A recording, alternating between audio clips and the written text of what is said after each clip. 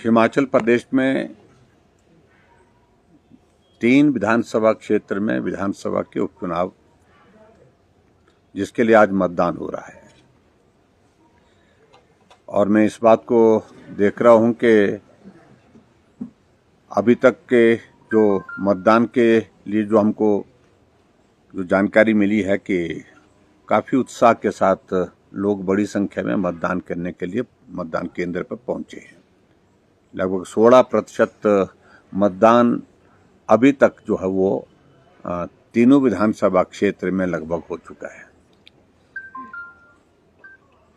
मैं इस चुनाव के कैंपेन में हिमाचल प्रदेश में तीनों विधानसभा क्षेत्र में अलग अलग समय में रहा हूं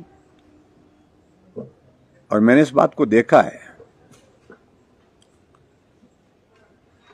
कि तीनों विधानसभा क्षेत्र में लोगों का रुझान भारतीय जनता पार्टी के पक्ष में है। भारतीय जनता पार्टी को जिताना चाहती है, भारतीय जनता पार्टी के विधायकों को चुन करके भेजना चाहती है।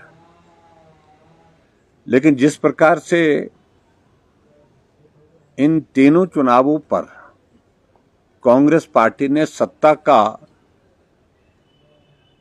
दुरुपयोग किया है, वो आज से पहले मुझे लगता है कि शायद ही हिमाचल प्रदेश में इस स्तर पर लोकतंत्र में रहते हुए चुनाव को प्रभावित करने के लिए, चुनाव को जीतने के लिए जिस तरह के हथकंडे अपनाए गए हैं, मैं समझता हूं बहुत ही दुर्भाग्यपूर्ण है।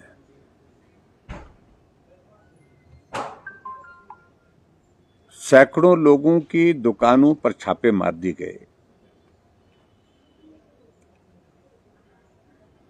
जिनकी भी दुकान पर कहीं भारतीय जनता पार्टी का झंडा सामने दिखा, पोस्टर दिखा, टीमें वहां पर भेजी गई और उनके सारे कागजात लेकर के उन दुकानदारों को परेशान किया जा रहा है।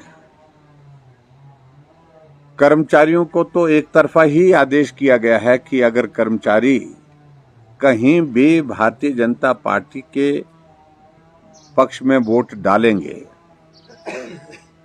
अगर कहीं भी लगा, उनका परिवार का कोई सदस्य, उनका कोई रिश्तेदार, तो इस बात को मान करके चलिए चुनाव के परिणाम के पश्चात, चुनाव के बाद उनको दूर दराज के इलाके में किन्नौर, भरमौर, सिरमौर, पांगी ऐसी जगह जाना पड़ेगा।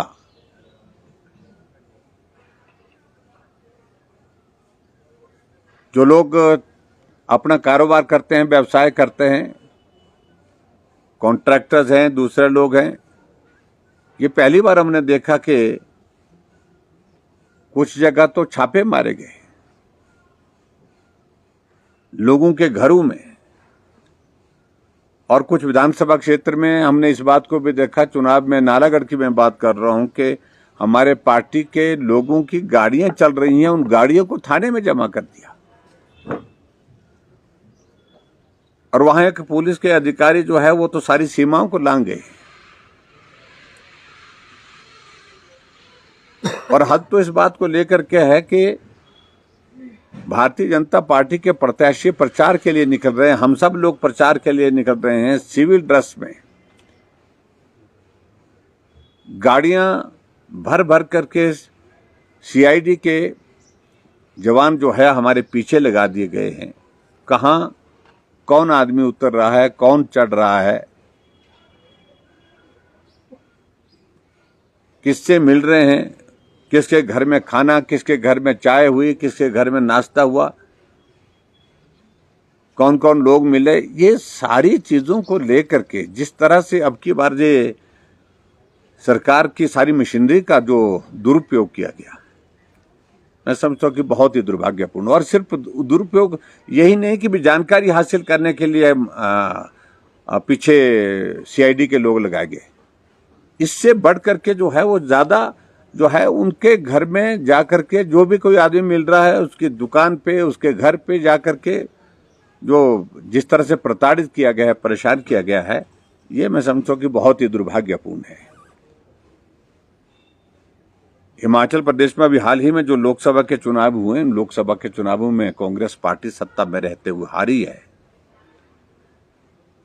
और उस हार की वजह से एक दहशत के माहौल में है, डरे हुए हैं कहीं ये उपचुनाव न हार जाएं और उसके बाद उसका सरकार पर बहुत विपरीत असर पड़ेगा। इस तरह से पूरे चुनाव को जो है वो प्रभावित करने की दृष्टि से प्रयत्न किए जा रहे हैं। लेकिन मैं ये जरूर कहना चाह रहा हूं कि तीनों विधानसभा क्षेत्र में बहुत उत्साह के साथ हमने देखा भारतीय जनता पार्टी को समर्थन मिल रहा है, बहुत अच्छा समर्थन मिल रहा है। लोग कांग्रेस पार्टी की नीतियों से परेशान हैं, नाराज हैं, निराश हैं, हताश हैं और गुस्से में जो है वो कांग्रेस पार्टी के खिलाफ जिस तरह से लोकसभा के चुनाव में मतदान किया है, निश्चित रूप से विधानसभा के इन उपचुनावों में भी बहुत बड़ी बढ़त के साथ भारतीय जनता पार्टी के प्रत्याशियों को जिता करके कांग्रेस के खिलाफ जो है मतदान होने की संभावना लग रही है।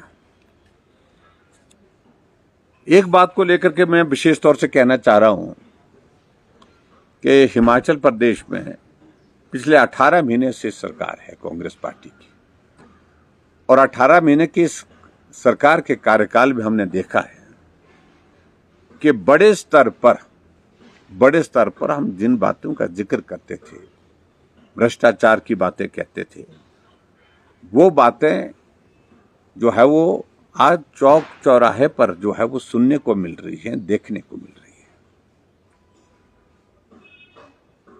और इन सारी बातों को ध्यान में रखते हुए हम हिमाचल प्रदेश में देख रहे हैं कि एक साल पहले, लगभग एक साल होने जा रहा, जब त्रासदी आई, त्रासदी के दौरान भी हिमाचल प्रदेश में हमने इस चीज को देखा कि जहां खनन माफियों को दोषी ठहराया, दोषी ठहराने के साथ कुछ लोगों के खिलाफ कार्रवाई की, लेकिन उसके बावजूद ऐसे भी कुछ लोग हैं जिनके ऊपर मेहरबानी हुई, जिनके ऊपर कार्रवाई नहीं हुई। ये भी देखने को मिला। और वो कौन लोग हैं, मुझे लगता है कि उनको बताने की आवश्यकता नहीं है। वो प्रभावशाली लोग, जो सत्ता से जुड़े हुए लोग, जिनको सरकार का संरक्षण है, वो फलते रहे, फूलते रहे और जिसके परिणाम जो है वो हिमाचल प्रदेश के रेवेन्यू को भी बहुत बड़ा नुकसान हुआ है।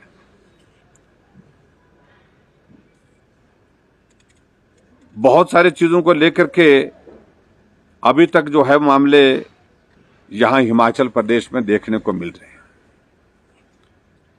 मैं उस तरह से मैं देख रहा हूं, कुछ मामले उठे हैं, जैसे मैंने एक बात का जिक्र सुना, मैंने जो सुधीर शर्मा ने उठाया, जो इलेक्ट्रिसिटी बोर्ड का 175 करोड़ रुपए का जो टेंडर 245 करोड़ में किया जा रहा है, ये अपने आप में एक बहुत बड़ा घोटाला दिखता है। स्कूल के बच्चों को पीने के पानी की बॉटल्स देने की बात थी और लगभग 90 करोड़ का वो टेंडर, उसमें स्पेसिफिकेशन सारी चेंज करके किसी व्यक्ति को फेवर करने की दृष्टि से वो सारा किया गया। और जो बॉटल्स हैं, ना क्वालिटी उसमें मेंटेन करने की बात आ रही, जो सैंपल पास किया है, जो जानकारी हमको मिली है, ये जांच का विषय है। और ना ही सैंपल के साथ साथ में उसमें वो सारी चीजें जो नॉर्म्स के मुताबिक होनी चाहिए तो उसके मुताबिक हैं। और रेट्स भी बहुत एग्जॉर्बिटेंट है, बहुत ज्यादा रेट्स के साथ वो टेंडर खोलने की शुरुआत हो चुकी है। उसकी फाइनेंशियल बिड शायद ओपन हो गई है, बाकी सारी चीजों को लेकर के वो है, आगे करने की तैयारी चल रही है। वो भी एक बहुत बड़ा भ्रष्टाचार का एक बहुत बड़ा जो है वो उदाहरण हमारे बीच में देखने को मिलेगा। और मैं समझता हूं कि इस सारे में अगर जांच हो तो निश्चित रूप से उसमें जो है वो बहुत बड़ा घपला निकलेगा, बहुत बड़ा जो भ्रष्टाचार निकलेगा। और इसके साथ साथ में मैं ये भी कहूंगा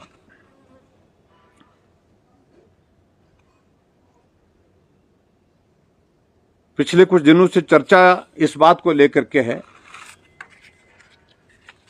कुछ जगह इनकम टैक्स ने, कुछ जगह ईडी ने कार्रवाई की है हिमाचल प्रदेश में,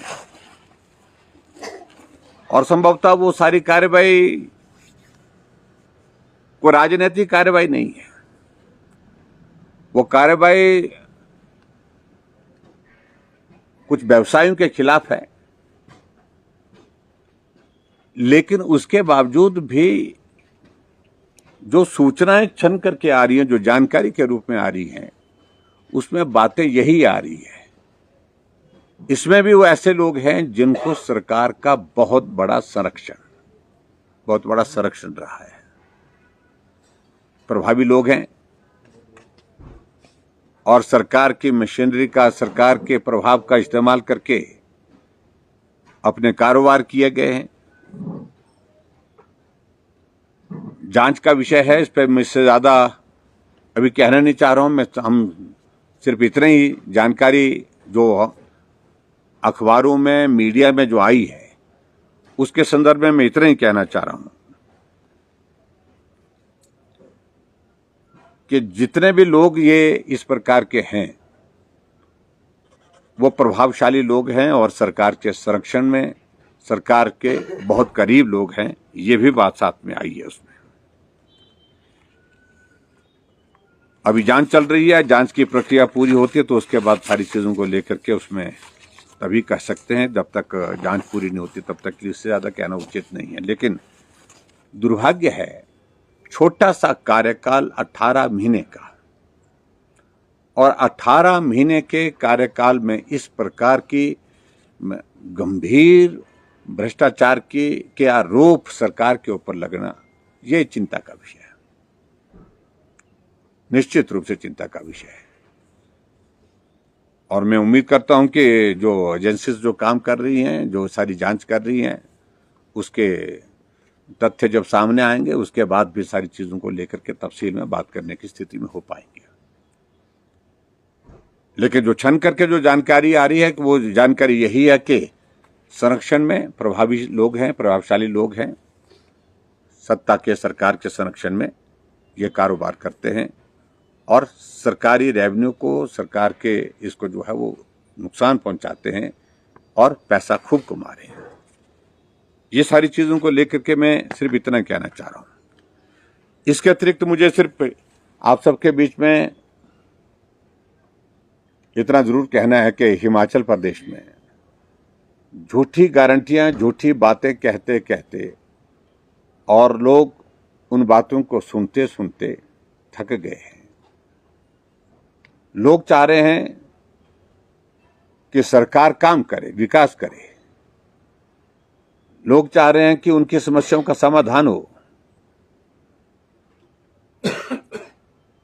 पिछली बरसात में जो त्रासदी में जो नुकसान हिमाचल प्रदेश में सड़कों को हुआ, पुलों का हुआ, घरों को हुआ, वो जस का तस है। सड़कें टूटी हैं तो टूटी हैं, पुल टूटे हैं तो टूटे हैं। दूसरी बरसात शुरू हो गई, लेकिन उसके बावजूद भी अभी तक जो है कोई भी विकास के कार्य जो है अभी तक शुरू नहीं हो पाए। वो जो पीछे सड़कें टूटी हुई, डैमेज हुए, पुल डैमेज हुए हैं, वो अभी तक रिस्टोर नहीं हो पाए। इसकी वजह यही है कि हिमाचल प्रदेश सरकार को कोई लेना देना नहीं है। वो सिर्फ एक ही काम कर रहे हैं। वो क्या काम कर रहे हैं? वो काम कर रहे हैं कि सत्ता को कैसे बचाया जाए, कुर्सी को कैसे बचाया जा सके। इसलिए इस बात के लिए प्रयत्न किए जा रहे हैं।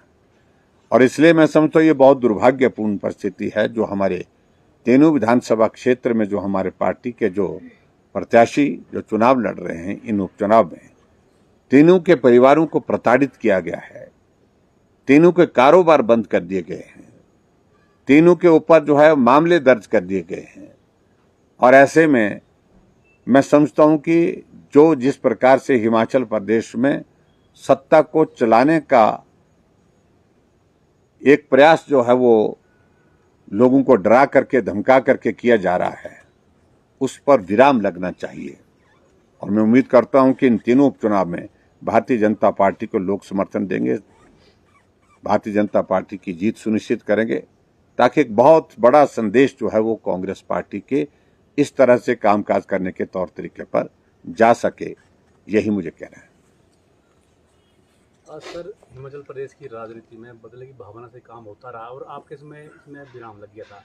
अब फिर से आपको लग रहा है कि उसी परिपाटी पे जो है सरकार चल रही है? देखिए, मैं इस बात को पहले से इस बात को बड़ा स्पष्ट कर दिया था कि मैंने हिमाचल प्रदेश में सत्ता संभालने के बाद पहली कैबिनेट की बैठक में फैसला लिया था कि हम बदले की भावना से काम नहीं करेंगे, प्रतिशोध की भावना से काम नहीं करेंगे, और नहीं किया हमने, और 5 वर्ष तक नहीं किया। ठीक है, जहां कोई गलत करता था उनके खिलाफ कानून के मुताबिक कार्रवाई होगी, लेकिन इतना मुझे इस बात को लेकर संतोष है कि 5 साल के कार्यकाल में कोई भी इस तरह की भ्रष्टाचार की और इस तरह की गलत चीजों की जो है वो बातें हमारे सरकार के दौरान नहीं हुई। बदले की भावना से काम नहीं हुआ, और भ्रष्टाचार का भी मैं कह सकता हूं कि कोई आरोप नहीं रहा 5 वर्ष तक सरकार के ऊपर। सर, पॉलिटिक्स ऑफ वेंडेटा का आपने बिल्कुल अपने कार्यकाल में नहीं होने दिया, लेकिन ये जो ईडी और सीबीआई के छापे अभी डले हैं नरदौन में, हमीरपुर में, कांग्रेस का सीधा कहना है कि ये सरकार को दबाने और पॉलिटिक्स ऑफ वेंडेटा की ही एक तस्वीर है। देखिए, एक तो मैं पहली बात कह रहा हूं कि इन छापों को राजनीतिक दृष्टि से सोचने की आवश्यकता नहीं, किसी पॉलिटिकल आदमी के ऊपर तो किया नहीं है अभी तक। जो कुछ भी कार्रवाई हुई है, ये व्यवसाय, ये मुझे तो जानकारी ज्यादा नहीं है, लेकिन उसके बावजूद भी मेरी जानकारी के मुताबिक तो ये कार्रवाई जो है एक रूटीन की, व्यवसाय में कुछ गलत करने वाले लोग, जो गलत तरीके से पैसा कमा रहे लोग, उनके ऊपर कार्रवाई है। हाँ, इस बात को लेकर के आगे जिस तरह से तार जोड़ने की बात आ रही है, वो चौंकाने वाली बातें जरूर हैं, वो हैरान करने वाली बातें जरूर हैं, और इसको राजनीतिक दृष्टि से पॉलिटिकल वेंडेटे के साथ ये किया गया है, ऐसा मुझे लगता है कि ऐसा स्वरूप इसको देना उचित नहीं होगा। सर, लगातार प्रदेश में कानून व्यवस्था बिगड़ रही है, नशे का कारोबार भी बढ़ रहा है, क्या कहेंगे सर? आपके समय में भी कमेटी गठित की गई थी, इंटरस्टेट में भी उस समय रोकने का प्रयास किया गया।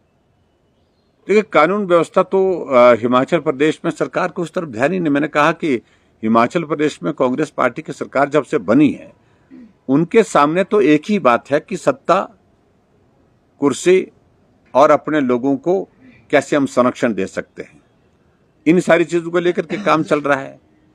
विकास उनकी कोई प्राथमिकता नहीं है, कानून व्यवस्था उनकी कोई प्राथमिकता नहीं। कहने के तो व्यवस्था परिवर्तन है, लेकिन कानून की धज्जियां उड़ गई। आपके यहाँ बद्दी में अभी कुछ दिन पहले गोली चली, कारण क्या था? कबाड़ का झगड़ा था। बिलासपुर में कोर्ट परिसर में गोली चली, और कांग्रेस पार्टी का पूरा विधायक का बेटा पंजाब से शूटर को बुला करके गोली चलाने का काम करते हैं। आज जेल की सलाखों के पीछे हैं, वो एब्सकॉन्डिंग थे। बाद में जब हाईकोर्ट ने जमानत नहीं, तब जाकर के उनने जो है पुलिस के सामने सरेंडर किया, पुलिस ने गिरफ्तार किया उनको। और इसी तरह से एक नहीं अनेक घटने मैं देख रहा हूं कि हिमाचल प्रदेश में 18 महीने के इस छोटे से कार्यकाल में 100 के करीब हत्याएं हो गई, और 300 से ज्यादा बलात्कार की घटनाएं हिमाचल प्रदेश में हो गई। तो कानून व्यवस्था की तो कोई चिंता ही नहीं सरकार को, और खासतौर से जो खनन माफिया, ड्रग माफिया, उनको संरक्षण दिया जा रहा है। अब नालागढ़ में हम जाते थे, बच्चे की जुबान पर ये सारी बातें हैं कि जो भी इस ड्रग्स के जो धंधे में जुड़े वो लोग हैं, उनको संरक्षण कोई व्यक्ति विशेष देते हैं जो कांग्रेस पार्टी के साथ जुड़े हुए हैं, कांग्रेस पार्टी के नेता हैं। ये चिंता का विषय है। सर, क्या इन चुनावों के बाद कोई परिवर्तन देखने को मिल सकता है? आप देखना चाहते हैं परिवर्तन? देखिए, मैं इतना जरूर कहता हूं कि कांग्रेस पार्टी ने लोकसभा के चुनाव के दौरान जो है वो जिन राज्यों में परफॉर्मेंस कांग्रेस की अच्छी नहीं हुई, उनके लिए कमेटी कॉन्स्टिट्यूट की है, और उसमें हिमाचल प्रदेश भी एक प्रदेश ऐसा है कि जहां कांग्रेस पार्टी के नेतृत्व ने जो है वो केंद्रीय नेतृत्व ने कमेटी कॉन्स्टिट्यूट करके जांच की आदेश दिए हैं कि रिपोर्ट लाइए, और निश्चित रूप से जब रिपोर्ट जाएगी, और वो रिपोर्ट जो संभवतः पिछले चुनाव के पिछले दौरान जो हिमाचल प्रदेश में जो पॉलिटिकल टर्मोइल राज्यसभा के चुनाव के दौरान हुआ था, उसके साथ जो है जोड़ करके, क्योंकि उस वक्त भी नेतृत्व परिवर्तन के लिए कमिटमेंट कुछ नेताओं को कही है उन्हें, तभी वो काम लगे, तभी वो वापिस होकर के सरकार में जुटे।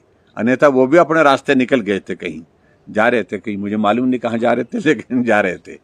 लेकिन इतनी बात मैं जरूर कहना चाह रहा हूं कि अब आज की तारीख में जो जांच होगी तो उस जांच में तय है कि हिमाचल प्रदेश में ये कांग्रेस के नेतृत्व को परिवर्तन करने के लिए जो है वो रिपोर्ट जाएगी, ऐसा लगता है मुझे, क्योंकि कांग्रेस पार्टी के बड़े सारे नेता जो इस काम में लगे हुए हैं, जुटे हुए, कुछ दिल्ली में, कुछ प्रदेश में। लेकिन हमारा मानना है कि नेतृत्व परिवर्तन से गुजारा नहीं होगा। इस कांग्रेस की सरकार ने हिमाचल प्रदेश का बहुत बड़ा नुकसान कर दिया। अगर हिमाचल प्रदेश को बचाना है तो नेतृत्व परिवर्तन नहीं, सत्ता परिवर्तन की आवश्यकता है। सर, दिल्ली में आपकी मुलाकात केंद्रीय मंत्रियों से हुई है, आपने अमित शाह जी से भी मुलाकात की है, तो क्या इस कड़ी में भी कोई बातचीत हुई, क्योंकि सरकार को गिराने का जो आपका पहले, इससे पहले आप लगातार बात करते रहे हैं, क्या आपको लगता है कि वो दौर अभी भी बचा बाकी? देखिए, बिल्कुल भी इस तरह से इन सारी चीजों को देखने की आवश्यकता नहीं। केंद्र में आदरणीय मोदी जी के नेतृत्व में लगातार तीसरी बार सरकार बनी है। मोदी जी तीसरी बार प्रधानमंत्री बने हैं, और स्वाभाविक रूप से एक कर्सी के नाते सरकार में नए दायित्व के साथ जो मंत्री हैं उनसे मिलने की प्रक्रिया रहती है। उनको मैं कर्सी के लिए जो है वो मिलने के लिए जो शिष्टाचार की भेंट के नाते मैं गया था। मुझे राजनाथ सिंह जी भी मिले, गडकरी जी भी मिले, अमित शाह जी भी मिले। लेकिन ये बिल्कुल महज एक जिसको कह सकते हैं कि एक शिष्टाचार के नाते भेंट थी। नई सरकार बनी है, बधाई देने के लिए हम गए थे, और कुछ काम भी थे मंत्रालय के, क्या नाम, अपने ये गडकरी जी के मंत्रालय में, राजनाथ सिंह जी के भी। तो उन सारी चीज़ों को लेकर के बातचीत इतनी हुई है, बस ये तो बिल्कुल शिष्टाचार की भेंट थी। दिलों की धड़कनें तो बढ़ाई दी आपने कांग्रेस में, लेकिन हमारे जाने से दिलों की धड़कनें बढ़ जाएं तो इसमें हम कुछ नहीं कर सकते हैं। लेकिन हमारा आना जाना नियमित रूप से रहता है, हमारा मिलना नियमित रूप से रहता है। अभी तक हिमाचल प्रदेश में 3 उपचुनाव के प्रचार अभियान में हम जुटे हुए थे। तो जब अभियान का दौर समाप्त हुआ तो मुझे समय मिला, मुझे समय के दिल्ली से सूचना हुई कि भी आप चुनाव के बाद आपने आने के लिए बोला, तो आप आइए, कल आपके लिए समय निर्धारित हुआ, तो मैं जाकर के मिल करके आया।